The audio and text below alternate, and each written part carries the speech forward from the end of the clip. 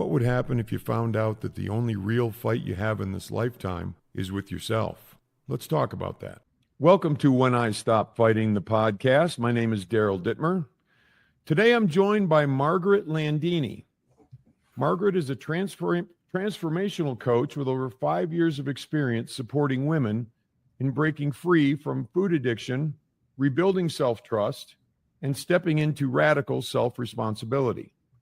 Her work blends deep inner healing with practical strategy, helping clients tap into lasting confidence and create lives that feel aligned and empowered. Welcome, Margaret. Great to have you on. Great to be here. It's really good to be here. Thank you. Full transparency for everybody listening. We are father-in-law and daughter-in-law, which I think is the coolest thing on the planet right this moment, that we're doing a podcast together.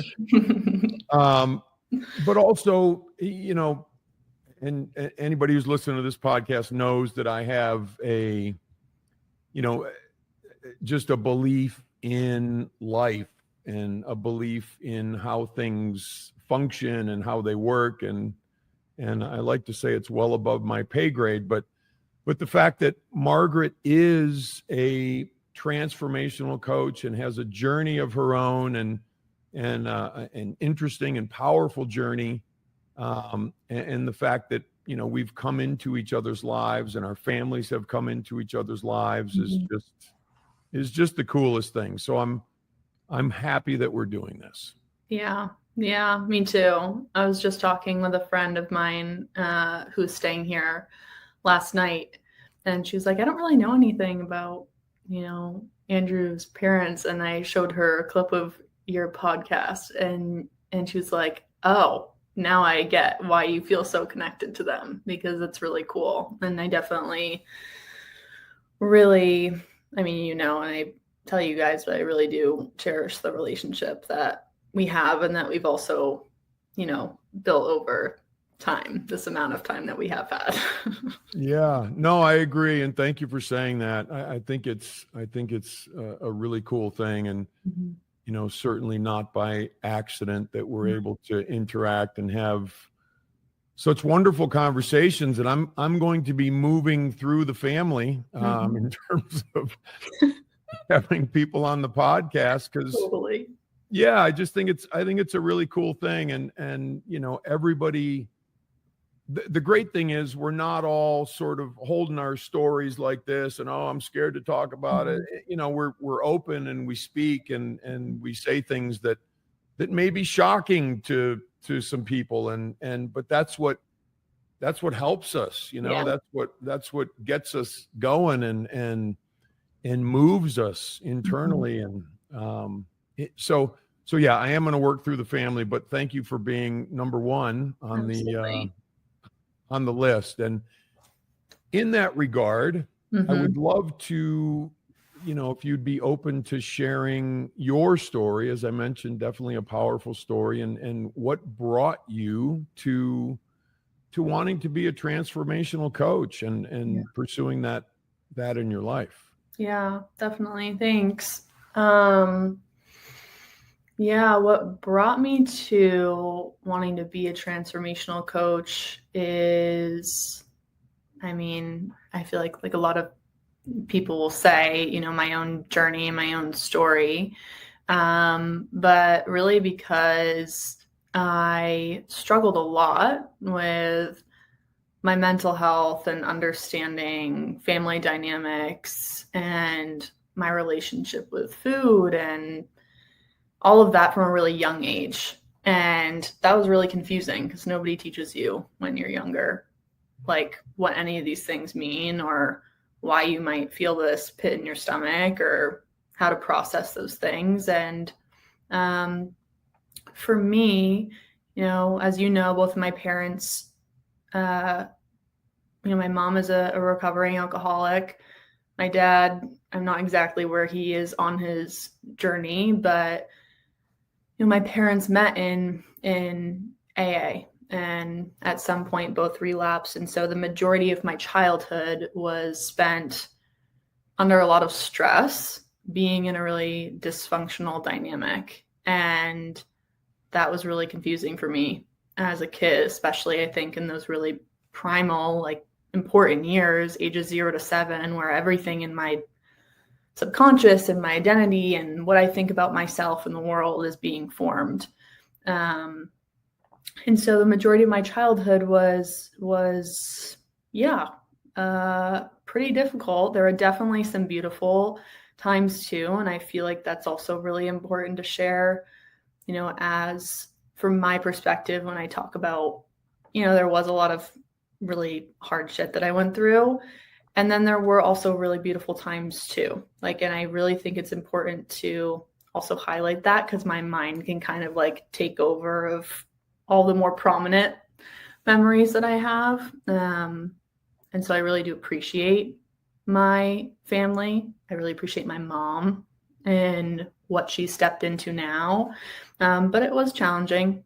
And so I grew up really, I got bullied so much for my weight. I emotionally was eating starting in elementary school, not even knowing that I was doing that, because there were just so many feelings and so much confusion around what was happening and how unsafe that I felt. And I didn't know what to do with that. So I ate. And so, I grew up, and until probably from the ages of 7 or 8 up until 2017. So up until I was, about 21 years old, or no, 19 years old, I really had struggled with emotional eating. And underneath that is I don't know how to voice what I need. I don't even know what I need. First of all, what do I even need? What do I even want? Who even am I? You can't ask for, I think, what you need or what you want if you don't even know what that is, because my way of operating was so based on survival that I totally catered who I was to my surroundings and being whoever I needed to be in order to feel safe. And so kind of bringing it to where I am now, I did a lot of work, still doing a lot of work, will, continue to do the work, to be in a place where I feel really much more at peace with myself. Food is much more neutral to me because I diffused what was underneath that for me. I mean, years and years of shit. And then just looking back and going, wow, I really wish that I had somebody during that period of time that understood where I was at and could walk me through the journey that I went on and took, losing over 100 pounds. That took a good 3.5 years, which is great. I don't want to speed up that journey, because it was a journey. It wasn't I'm going to lose a bunch of weight. It was definitely an internal journey. But it would have really helped to have somebody along the way that I could lean on or ask questions to, or to just listen to me. And so that's what brought me to coaching and becoming a transformational coach and wanting to help other people. To just be somebody who sees, particularly women that I work with, who really sees them and understands them. And I personally believe that even just somebody listening, truly actively, intently listening to where you're at, is healing in and of itself. And so, that's brought me to where I am and being a little bit about where I am being a coach. Very cool. Yeah. It's, we all have our stuff, right? And we all have our stories, and we all have our experiences. And I'm not sure exactly what happened to me between 0 and 7, but for whatever reason, it brought me into, a very similar situation with addiction and, just a dysfunctional way of living. And then having to hide, right? I think that's one of the worst things, is feeling like we have to hide, or we have to run. And, as opposed to allowing life to sort of happen through us, which I think is, kind of how it goes over time. But I feel like your story is so similar to mine, and what you're doing now is similar to what you know, how people recover from these things is they have somebody that they can relate to. That's why the 12 steps works, right? Yeah. Like that's why coaching works, because if you're coaching people on where you've been, you know, Mhm. from where they currently are, I mean, there's nothing I think more important than saying, you know what, I've been there. Yeah. And here's what I felt, and here's what I can relate to, and it gives them a comfort level. And then to look at you now and say, wow, I don't have to be that way. I can Mhm. be how Margaret is now, you know, Totally. and what a great feeling for someone who's going through difficulty to Mhm. know that there's life outside of that. Yeah. Do Yeah. you find that people sort of brighten and blossom as they start to understand that? Yeah. I would definitely say so. I think it can sound, and this is probably what you know too, is like from the outside, it sounds like a pretty simple thing for people to have like this epiphany that their life is theirs and nobody's like chaining them to their current reality. But a lot of people's minds, including my own, definitely thought that way for a long time.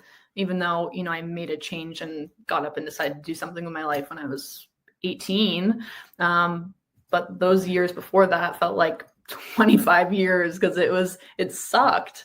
A lot Yeah. of it sucked. And so I think that even just that realization, even in like peeling back one layer, just realizing that you're not stuck, you know, where you are, that I wasn't stuck where I was, um, is so freeing. I mean, I remember when I was a freshman in college, I mean, that was definitely probably my roughest year of my life. You think going to college, you're a freshman, that's like the best time of your life. And for me, I'd like just separated. That's the first time I've ever had that much distance from my family. And like all of my identity and personality and everything was catered to. I take care of everybody else. I put my needs last. I'm the savior. I'm the hero. I'm here to fix my family. And so then when I was pulled away from that, went to college, I had no idea who I was. It made me even more anxious. I ate even more because I had never had those conversations with myself around, you know, who am I and who can I be and what is my potential and what can I choose for myself. And I was, I think, 6 months into my first year of college, if that. And I literally did have like, I've only had one of these moments because I think they sound corny, but I really did have like an epiphany moment where I was pulled out of like my current reality and looking at my life from a bigger vision. I was, 120 pounds overweight. I was late to class every single day. My friends would literally have to like drag me there. I'd go in my pajamas. I was just like not there.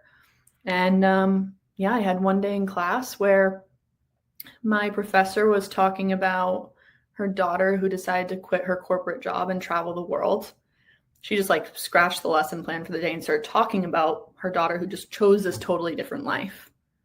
And I'm sitting there like total victim, like I'm stuck in this school. And I actually like had an epiphany moment for the first time ever, where it felt like it was a moment where I was being reconnected back to my own intuition of being like, where the fuck am I? Like, this is not where I'm supposed to be. I can't even take care of myself. Like, it was a reality check moment for me of being like, nobody's forcing me to be here. And I walked out of class in the middle of class and I packed my bags. I literally called my mom as I was walking out and I was like, I'm done. Like, this is not where I'm supposed to be. And she was like, well, you got to finish out the year. And I was like, no, like, I cannot waste another minute of my life being miserable. I need to go learn how to take care of myself because I'm not going to be any good here because I'm not even here. And she was like, well, then what are you going to do? And I said, I have no idea. And that feels like the most freeing thing that I could ever say because my whole life, everything was so predictable. how I was going to eat every day, how I was going to feel that night, how I was going to feel the next morning, waking up and feeling like shit, right? All that whole cycle suddenly stopped. And so those moments, I think, are really powerful, like those aha moments that I really believe happen and can happen for people, where they realize that their life is theirs and there is always choice. Yeah. Huge. Yeah. Huge. I love that story. And it brought up a lot of things for me. One thing was that we were in similar ages when we decided to, steer the boat in a different direction, or at least try. Yeah. And, I find it interesting because there are people that, on my side of the addiction spectrum, drugs, alcohol, whatever, people can go till they're 40 or 50 or 60 or 35 or whatever it is. And here I am, 19, not having a clue about sobriety, but much larger than that, didn't have a clue about how to live.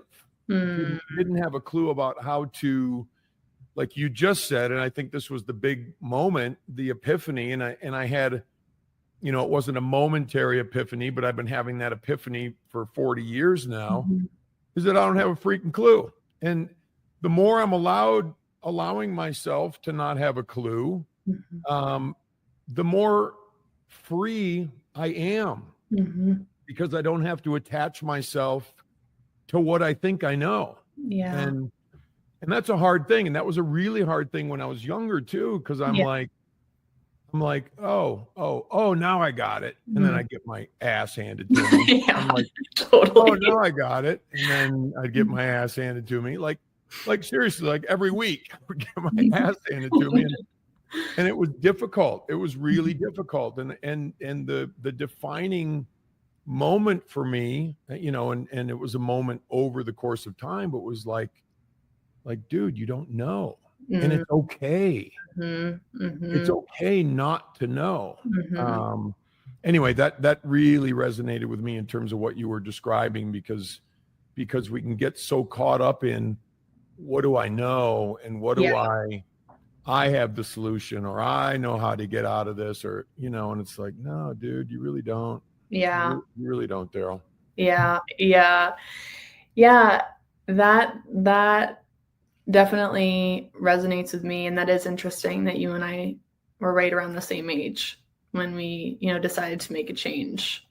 And I totally resonate with that. I totally thought that I knew everything at that age. And then I realized, oh, damn, maybe not everybody else is the problem. Maybe I'm, part of the problem too. Maybe I don't know, what I don't know. And then I do have all these blind spots, and I've just been pointing the finger at everybody else and thinking they're the problem, and I know, and they don't. The hardest thing for me to I guess, maybe understand, to whatever degree I understand it. I feel like I don't really understand anything. I just am on my way to understanding a couple of things, maybe, and then then I'll get off this rock at some point, and then who knows what happens after that. As was described yesterday when we spoke on the phone, but or when Andrew and I spoke on the phone. Anyway, I think it's hard to say, or it's hard to understand, like, it's darkest before the dawn, right?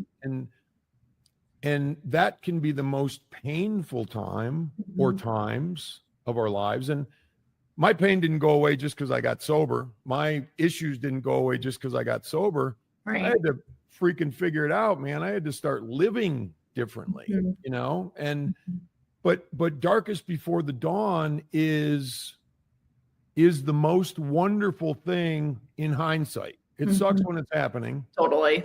But in hindsight, you're like, oh, well, thank God that happened. Because I wouldn't be the person I am today if those things didn't happen.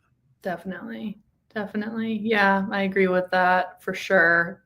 The more familiar I am becoming with that, the more I feel like I am at least even where I am now, trusting those moments that still really do suck. Even though I can like totally like things aren't going the way that I want them to, and I can still totally like, have a little mini tantrum or a spiral or whatever. It's like, it always comes back to, I believe in like ebbs and flows, and like you're talking about in Darkness Before the Dawn, like the expansion that happens on the other side of the contraction, and the contraction sucks. Like when you're in that period of time that feels like nothing's working, life, is not in your favor. It is a really cool thing for me at least, to really understand, because I totally used to have that mindset of this is happening to me and life's out to get me and I got left behind and everybody else has it figured out, is really understanding how cyclical life is, and that's just all it is. It's ups and downs, and you're going like this versus everything's going to be like this, forever. And of course, it's not always going to be, when I say this, it's not like, life is always going to feel like a roller coaster, but it's not always going to be sunshine and rainbows, even after you've done some work, or even after you have figured out some things, at least from what I'm learning. 100%. The longer you live, the more ass whoopings you take. Yeah. And that's, that's been a certainly characteristic of my journey, which is fine. And I'm sure there's more coming. Mm-hmm. It just is what it is. But I think as we build ourselves, one of the things that you, in your bio that, or your intro that I read, which had to do with radical self-responsibility. I love that term. Mm-hmm. I'm going to borrow it sometime if you don't mind. Go for it. But that's really what it boils down to is for me, it's been building myself over time, physically, mentally, spiritually, emotionally, so that when those things happen, I can withstand them. And it doesn't mean I don't feel them. It doesn't mean they don't suck. It doesn't mean it's not difficult. It just means there's an understanding over time that, okay, man, this is life. I just mentioned this on a podcast not long ago, that there was a book by M. Scott Peck. It's an older one, but The Road Less Traveled. Great book. And one of the things he talks about is that in the main premise, or at least what I got out of it, I'm sure if I read it now, I'd get something completely different. But the main premise is life is loss. Like, and you will lose things, and you will lose faith, and you will lose people, and you'll lose, a number of different things. And how can we learn to withstand those things? And I think it boils down to what you said here, radical self-responsibility. What am I doing with me? Yeah. Instead of pointing outside of me. Yeah, definitely. Yeah. Even since meeting you, I feel like through our conversations, I've been able to even realize other places where maybe I wasn't doing that in the way that I could too.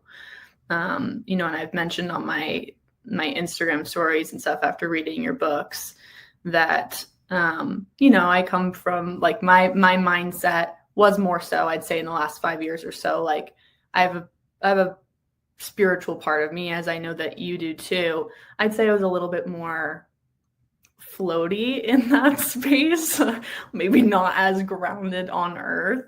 And so when you're sharing that with me, I just want to say I appreciate you and the conversations we've had, because I feel like there's even been an evolution of that in me since we've met. And yeah, so thank you for that. Thank you for saying that. I appreciate you saying that. And I think for me, it was very much a part of my process too. And, we meet people where they are, right? At any given point in time. And you met me as, an older gentleman. I'm gonna say that without laughing. But, a dude who's been doing this for a long time, and I'm just older, but I went through a lot of like a lot of those processes are similar, I think, for a lot of people. And there was a time in my life, and I'm not necessarily relating this to you per se, but I was more idealistic, and I was more, like, you said floaty. I like I like that, but maybe more, just kind of up in the clouds sort of thing in terms of spiritual stuff. And it's funny because I've got a good friend who talks about the up in the clouds stuff, and we used to do a Twitter space together, and I always used to say to him, dude, having your head in the clouds is great, but you also have to have your feet on the ground. Yes. Right. And Yes. I think that's important, because it's easy to get wrapped up in maybe the ideas and the terminologies and all that sort of stuff. But I liken it to something like Buddhism with the Eightfold Path. What about my actions? What about my views? What about my relationships? What am I doing? Anyway, that's what you brought to mind for me. Totally. And I completely, I completely resonate with that. And, things have even shifted for me a lot, and they're going to continue to. I mean, I'm 27 years old, for anybody listening to this. So I have some years to go. But you're wonderful and perfect exactly where you are. Thank you. Thank you. I feel like, that's where things have really shifted for me over the last few years. And that's been really confronting, but it's like this mindset even that I think I was carrying or kind of learned over time, like, oh, like I can just cross my fingers and just trust that, everything's going to be taken care of for me kind of thing. Or that I don't have to maybe take responsibility for these things over here, and it's still, not going to bite me in the ass somehow. Like, that's really not how that works. And I think personally, as I'm coming into more of this balance, that where I didn't trust any higher power or anything spiritual, that life didn't have me at all. Right. And then for me to feel safe there, I think I did kind of a pendulum swing. And now I'm on my way to kind of being back in the middle, or I really feel like I am, where I noticed that, especially living in Austin, Texas, I love the people here. There's definitely more of a spiritual community.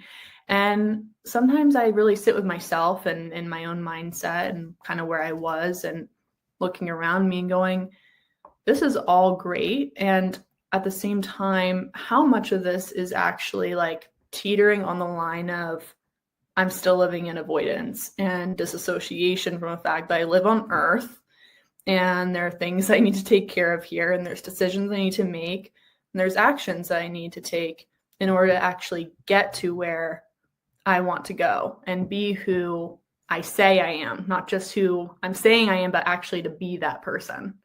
So I feel like that has definitely shifted for me, even over the last few years, in radical self-responsibility of even where I was still dodging that. And definitely back then, it was easy for me to blame other people. It was easy for me to blame my mom and my dad for where I was. And of course they do play a part in that. And there's responsibility to take there, and they have. But then at what point, once they've done that, what's my choice from there? Because I can't continue to put it on them that they are then where I am if they've already taken responsibility. From that point, it is my choice. And that was a pretty brutal wake-up call for me to come to that place. Once I got that, the apologies and the ownership, it was like, oh shit, now it's my turn.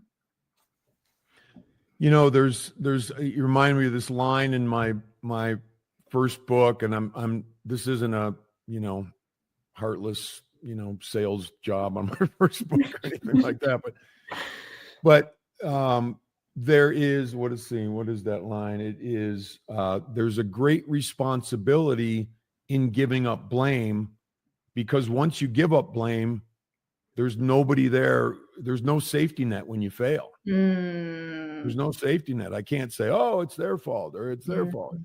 But that's just a, for me, it's a growing up thing. And I had to go through all those things too, in terms of just figuring out that, hey, it's not on anybody. And there comes a point in life, and you're, truly, and I believe this, and I say this with all sincerity, Margaret, that you are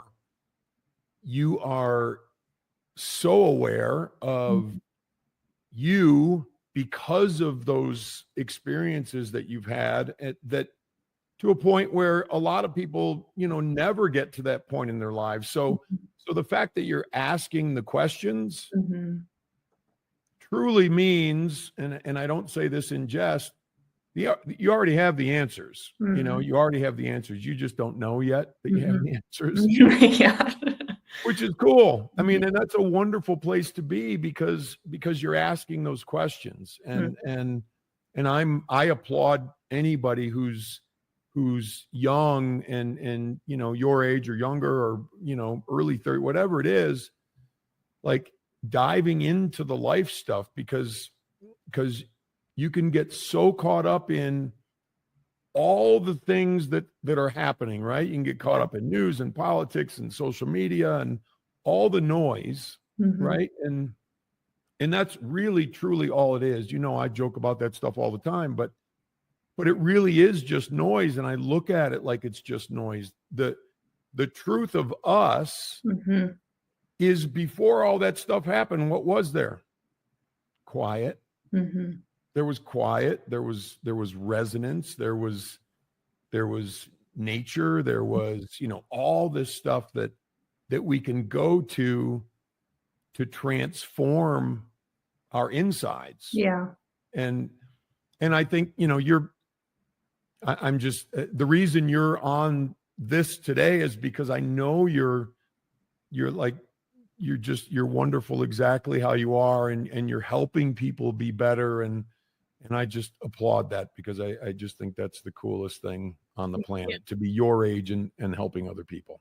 Thank you. Thank you. Yeah, I really appreciate that. And it's been really cool to, play a part in people's lives and in their journeys, which I know that you relate to as well.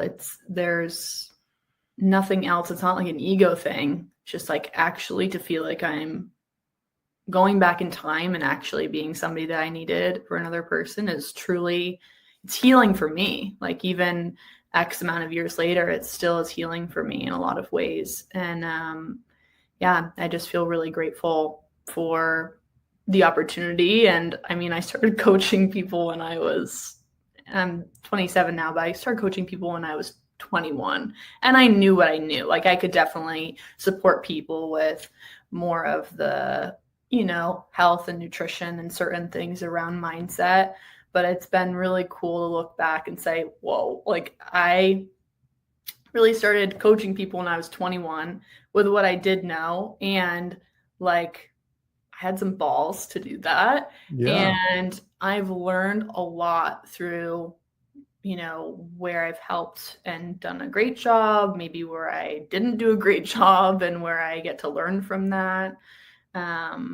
So I'm grateful for, entrepreneurship and being a coach, just as the growth journey that it is. And like so many different things in life are such a mirror of just different parts of myself.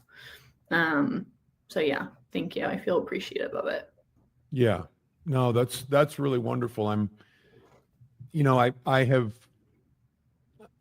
certainly didn't start coaching people at that age, and it does definitely balls for doing that. I think seriously, that's just so that's huge. And I think there was a part of me, and I always tried to help people along the way. And at some point, I think there was a lack of confidence for me in my younger years that I could even help somebody. Like I'm trying to pull my own head out of my ass. How am I going to help somebody else pull theirs out? I got both hands on mine, So that was and that was more of a confidence thing for me. I'm sure that I could have helped people at that time in my life. I just didn't know. I didn't think of it in those terms. I feel like I was, okay, I got to save myself here and try to keep from, going back to sort of the old ways and that sort of thing. Yeah. When did you start to realize, like, when did that shift for you and you realized that, hey, maybe I can help people? I would say it was probably early 30s. And as I matured in business and then I started to be able to look at people in business and say, they have the money making thing down, but man, they need help with all the other stuff. And people would come and ask me about these things. And I never made it a secret that I was sober and that I was, working on myself and my life. And, I had quotes all around my office and all kinds of stuff that was trying to keep me grounded in business life, trying to keep my feet on the ground while I'm doing business and continue to focus on myself and my, mental, emotional, physical, spiritual self. So it was probably early 30s. And I would say that, any opportunity that I had to truly help people, and I don't think there was really even coaching at that time per se. Yeah. Because, it's so social media, internet sort of spread, right? And we barely had email. So, right. So it was a little bit of a different world, but I welcome any opportunity. And I'll just say this, my idea of helping humans these days has to do with some formal things when I help people, but also it has to do with working on myself enough and getting myself to a point where I'm not all concerned about me and my life. And I'm able to give a smile to the person on the sidewalk or the cashier or not flip out if somebody screws something up, Totally. just to live in a way that's contributory to the world as opposed to extracting. I'm trying to extract something from me, and I haven't felt the need to extract things in a long time.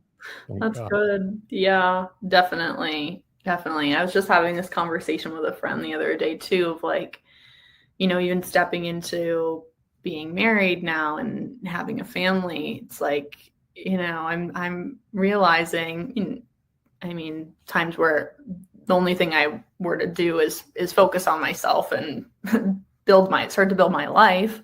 But also where I could get away with a lot of little things when it was just me, just little patterns or little habits or ways of being. And now that I'm married and now that I have a family and I have a daughter, it's like, oh shit, like I can't get away with these little things anymore, because I can see where, they reflect in my marriage, or they reflect on my presence that I have with Lively and how present I am, or how on edge I'm feeling. And I was always aware, but it's really interesting moving into this dynamic where it's so quickly mirrored back to me when I'm out of alignment and I need to and get to check myself. And I really believe that, marriage and the person that we choose to be with is, does offer that invitation to step into the most liberated version of ourselves. And that comes through a lot of beautiful things and also some, harder things and harder conversations. But that reminded me of that when you were sharing that and kind of like your mindset and where you are now. Yeah. I didn't get married till later. I was 39 when I got married, and talk about stuck in your ways, like, oh, here's what I do. And I do this and I do that and I do that. And, my lovely wife comes along. She's like, well, dude, I'm going to have to change up a couple things. now that we're married. And it wasn't, crazy, but there were times it was like, okay, I have to think differently about life. I have to think differently about me. I have to think differently about what I get caught up in and how I present, Right. to the world and to my wife and to Michael and Andrew. And, it's just learning, I'm fascinated by, I used to kind of think it was sort of a race, like, oh, I got to get good at this and this and this. And it's like, life hands me the lessons, life says, here you go, and learn this. Oh, you didn't learn it? Here you go again. Oh, you didn't learn it 17 times? Oh, well, here you go again, and I'm like, okay, fine. And then, right, the first step, get sick and tired of being sick and tired. So I start to do things differently. And that's just the nature of life. I think that's just how it rolls out. And life shows me, I believe, and this is a little off track, so I apologize, but we'll start a new track here. Life is a constant reminder, and life constantly reminds me of the fact that I don't know. It constantly tells me, Daryl, here's another example of you don't know. Here's another episode of you don't know. And it's like it's handing me an opportunity for humility, an opportunity to be teachable, an opportunity to say, oh, I don't know. And then the freedom just opens up like, holy crap, man. Yeah. But it takes what it takes to get there. And the lessons in my life now are still teaching me those things, maybe at a different point, but they're still teaching me those things. And when I was 27, I was, there's just these big hands banging on my hood, like, dude, pay attention. And anyway, that's what it brought to mind for me. Yeah. Yeah, definitely. I can definitely resonate with the you don't know lessons. And I agree that in my own experience, when I've let go of the grip that I have on what I think I know and the resistance of saying, oh, I wasn't maybe right, or, whatever it is, like when you said that freedom, that liberation that opens up, there's so much relief in that, at least for me. It's like realizing that I don't know. I don't have to know everything, which is cool too. Right. Yeah, definitely. That's the coolest thing is, we don't have to, and we don't have to know. And I think that's our quest. I think our quest, right, from addiction to changing the game up, to growing, to changing, to building ourselves, all that stuff to me is about the freedom that I can experience in this lifetime. And it's the freedom in here, it's just the freedom to expand what's inside me, to be able to allow more, to be able to allow things that, I didn't want to choke down before. Yeah. And I'm resisting choking them down. And now it's like, oh, well, shit, that wasn't that bad. Yeah. I think that's what it boils down to. Freedom. Yeah, I agree with that for sure. The buildup of that and the resistance of it is usually much harder than what's actually on the other side of looking at it. Yeah, without a doubt. Yeah, for sure. Without a doubt. So based on the work that you've done with others struggling, what have you, I just want to talk about your transformation coaching for a minute. Based on the work you've done with others, what has been the most important thing to cultivate within yourself to be the most effective you can be with those that you're working with? Well, very clearly for me, that is continuing to, honestly, it is continuing to look at myself and work on myself, because the the cleaner I am, I don't use that in the term of like, I can't have imperfections, I can't be human. And the cleaner I can be, I mean, I've had therapists or people, coaches before, some of them amazing, and then some of them like, what on earth are you projecting your shit all over me right now? Because that's not mine. Like, seriously. That has been and is the most important thing. Because the more that I look at myself, even the places that I don't want to look at, the more I feel like I can really hold for another person without potentially projecting something onto them that might not be true for them and might not actually be helpful for them. And I can't always know exactly what somebody needs to hear or what they need, 100%, but it definitely helps a lot when I'm not avoiding any even little tiny pieces of my own stuff that can show up in that space. When I'm like, really, we've peeled back 10 layers and I'm talking with somebody about the deepest part of their life and their trauma, it's really important that I am still actively, hearing what I'm saying and checking myself and holding space for there to be maybe not so much black and white, and holding space for the nuance, or just because maybe I had this experience around this thing might not be how they're exactly feeling. And so I think what that comes down to is working on myself, and that being a continuous process. And I lead from a place of curiosity. Like 80% of my coaching is asking questions. And 20% of it is reflecting and sharing what I see, and maybe adding in some, helpful tips or what I think, could potentially be happening next in terms of actions that they could be taking. But I really believe that when we are given the space to share in a safe space and an open space without judgment, and then we're asked powerful questions, it doesn't do anything for me to sit here and feel like, wow, I just told you a million things that I think you should do, and that makes me feel good about myself, because that's not what I want to do. And that's not who I want to be for people. I want you as my client to feel empowered, not because of me, but because of you, and you actually realizing that you have the answers within you. And I'm just here to prompt the questions and guide you to unlock those deeper places within yourself that you've shut off or believe aren't there for you. Very cool. Yeah. Very cool. I think that's what it's about, right?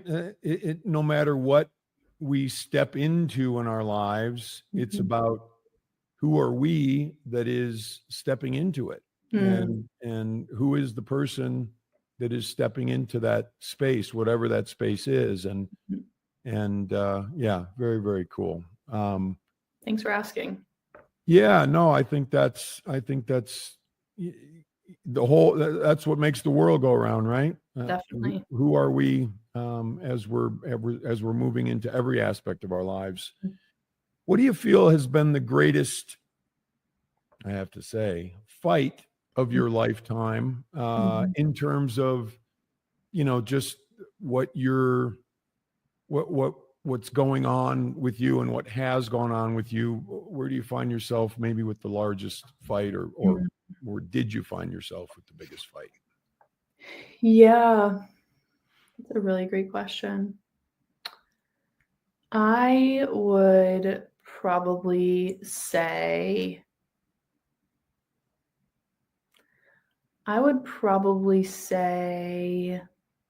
my biggest fight was, I honestly think when it was really just me versus me, and really having to take a look in the mirror. And like, once my mom at least, got sober, right, in that chaos and that mentality of like, I always had something to do, always something to think about outside of myself, because there was always this chaos and I was addicted to it. And then having to take a look at what was there for me when that chaos, my mom got sober, that's actually what woke me up to realizing, and actually created a lot of space for me. I don't know what that is. If it was just like, I don't have to worry about this anymore. I can, relax and take care of myself.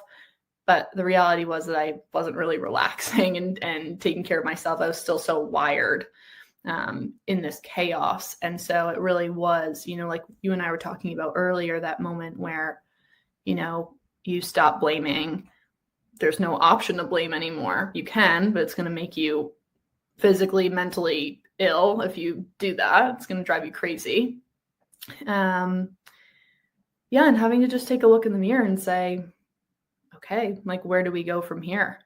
And that's where, my eating got even worse for a minute. And just feeling lost and not feeling like I knew who I was. Like, I was really just like finding my legs for the first time in my life, and being, 19, 20 years old, which sounds like a pretty young age, but it felt like pretty scary for me at the time. So I'd say that was my biggest fight, was like really realizing that it's me versus me now. Yeah, that is the fight of the ages, right? That's the big one. Mm-hmm. Daryl versus Daryl, Margaret versus Margaret. But especially in those times where, and I just think back to how I, started on this journey, and back to what you're talking about, being 18, 19 years old. And it's like, there wasn't a way that I could slow it down. I didn't know how to calm myself. I didn't know how to be quiet. I didn't know how to stop the noise. Right. So the fight rages on. Right. Right.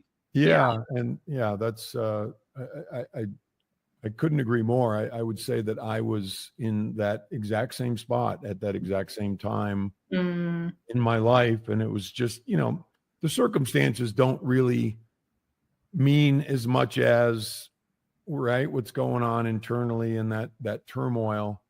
And I think that's where people relate to each other. It's not like, oh, I wrecked this car and I went to jail over here and I did this and I did that. People don't relate on that level as much as they do. You know what? I felt anxious. I felt lonely. I felt, I felt fearful, et cetera, et cetera. And I think that's where the rubber hits the road with all of us. And that's what keeps those fights either raging on, or like you've done, which is take a look at them. How do I slow this party down, and how do I slow down that fight, which is the job of a lifetime. And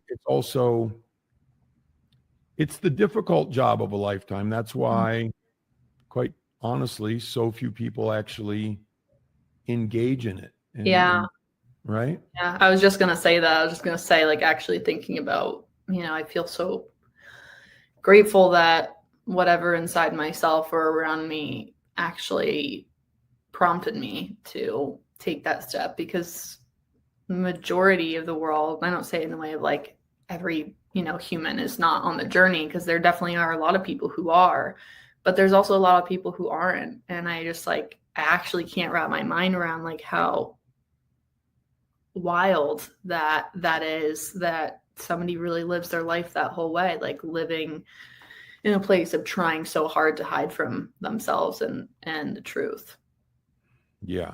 And it's hard to watch. And that's one of those things that I think M. Scott Peck talked about in his book. Much of life is loss, and it's not necessarily that you lose those people that aren't doing it, but in some cases you do. In some cases they and I've had to usher many of those people out of my life, but sometimes they just fall out of your life, and sometimes they're the things that they're dealing with are so difficult that it ends their life and they're gone.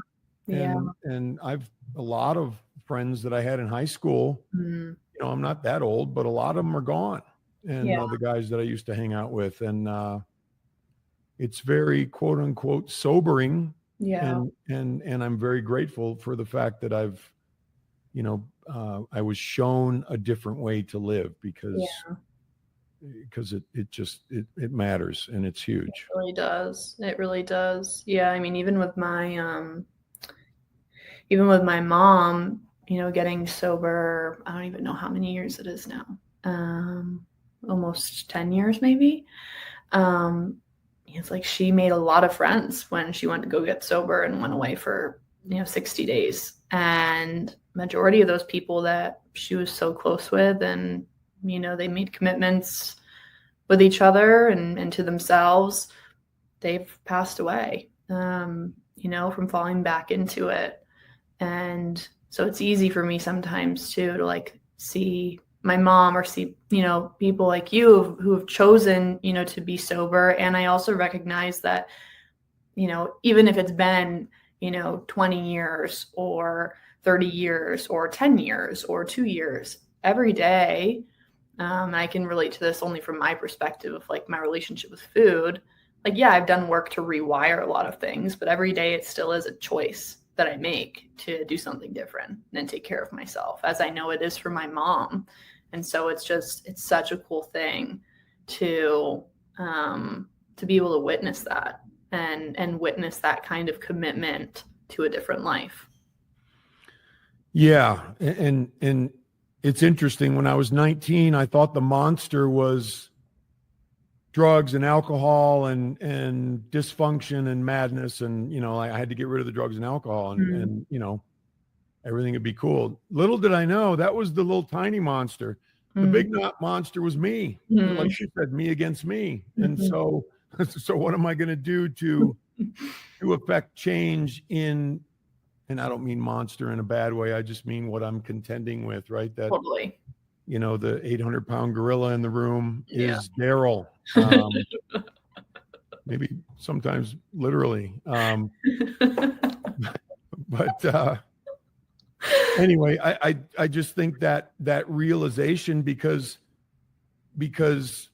and I didn't understand this when I was first getting sober and first getting it together, or at least trying to get it together, is they said, well, the drugs and alcohol are just a symptom of the real problem. I'm like, oh crap.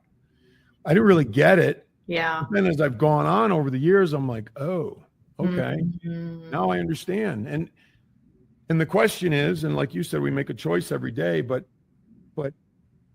can I be completely bulletproof from, bowing to my addiction again? And I believe 100% without a doubt, unequivocally, absolutely yes. And I don't mean that from a egotistical perspective. I mean that probably from an anti-ego perspective, that there's something out there that wouldn't allow it for me anymore. And it may not be me. And I'm completely cool with that. Yeah, definitely. That's really cool. Yeah. Thank you. So I think we should probably wrap it up here soon. It's been almost an hour. It feels like 10 minutes we've been talking. We'll do a mini series with the family. I know, seriously. So how do we find you, Margaret? How do we find your transformational coaching and maybe socials or whatever you'd like to do? I'm going to put all this stuff in the notes, but totally. Yeah. So everything that I do, all the information and a lot of different free content that goes deeper into parts of what I've been sharing today is on my Instagram, which is truly Margaret, truly_Margaret on Instagram. Everything's there. Wonderful. Yeah, that's great. Thank you so much for sharing your story and sharing your wisdom and the things that you've learned and are learning. And it's just been a joy to get the chance to talk to you here. And I know that what you're saying and what you've said is going to help a lot of people and plant a lot of seeds. So thank you very much. Thank you. I really appreciate this and you having me on here and getting to be a part of this. If you've enjoyed When I Stop Fighting the podcast, please check out my books and my journals on my website, daryldittmer.com. Enjoy a 15% discount by using the code PODCAST, DARYLDITTMER.com.